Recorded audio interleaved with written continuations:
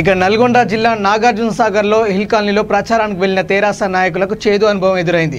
ఓటర్ని అభ్యర్థిస్తూ వెళ్లిన టీఆర్ఎస్ నాయకులను ఓటర్లు నిలదీశారు. మున్సిపాలిటీ ఏర్పడిన నాటి నుండి ఇంతవరకు ఏం అభివృద్ధి చేశారని ఓటు అడుగుతున్నారని ప్రశ్నించారు. మంచినీరు, డ్రైనేజ్, కరెంటు వంటి కనీస వసతులు కల్పించలేదని మండిపడ్డారు. దీంతో టీఆర్ఎస్ నాయకులు దిగ్భ్రాంతికి గురయ్యారు.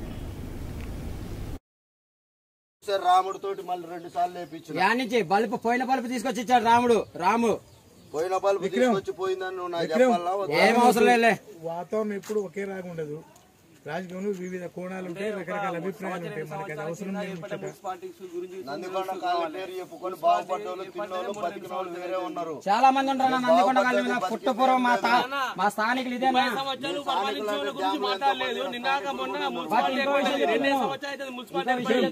మీ పేరేం పేరు? అనిల్ గారు. నా పేరు అంజిబాబు. మా తాతగారు మా నాన్నగారు నందికొండ కాలనీలో మునిగిపోయిన ఊరు. నందికొండ కాలనీ ఫస్ట్ ఇదే. రాలే, మేమేమో పాకిస్తాన్, జపాన్ నుంచి రాలే. మరి నీ భార్య ఇక్కడ పుట్టి పెరిగిన కరెక్టే కదా. మీ భార్య కౌన్సిలర్ ఆడ మనిషే కదా. నువ్వు నడుస్తున్నావు. సంవత్సరం వేసుకో. కరెక్ట్ సంవత్సరం.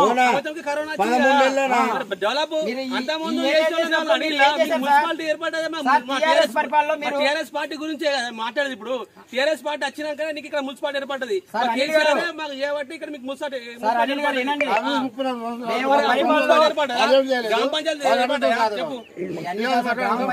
సమస్య కాదు సార్. నాకు కార్పొరేషన్ మీరు చెప్పింది దగ్గర స్టార్ట్ అయ్యి 30 సంవత్సరాల నుంచి లేని వ్యవస్థ ఇప్పుడే స్టార్ట్ అయితే 30 సంవత్సరాల లేని సంస్థ 30 సంవత్సరాల తర్వాత రావాలి సార్. ముందు మీరు ఎందుకు వచ్చారు సార్ ఏంటిది ఇక్కడికి? ఇప్పుడు మా టీఆర్ఎస్ పార్టీ ఏమంటే మీకు ఇక్కడ మున్సిపాలిటీ ఏర్పడ్డది. అవును సార్. ఇప్పుడు పోటీ సార్. నోముల నరసయ్య గారు వచ్చారు, ఏర్పడ్డది. నోముల నరసింహులు గారు ఏమంటే ఏర్పడ్డది. అంతకుముందు ఏర్పడ్డదా చెప్పు? ఫస్ట్ అంతకుముందు ఏర్పడలేదు కదా సార్. అంతకుముందు మేము వెళ్ళాం. కాంగ్రెస్ పరిపాలననే ఈ రోడ్ వేసింది రామకృష్ణారెడ్డి సార్ పుణ్యం అంటే మేము నడుస్తున్నాం. ఆయన ఎగేసుకొని మీరు వచ్చారు కదా సార్. ఆయన కంటే ఎక్కువ పని మీరు చేసింది ఏది? ఇక్కడ 2 సంవత్సరాలు మీరు ఏం చేయించారు?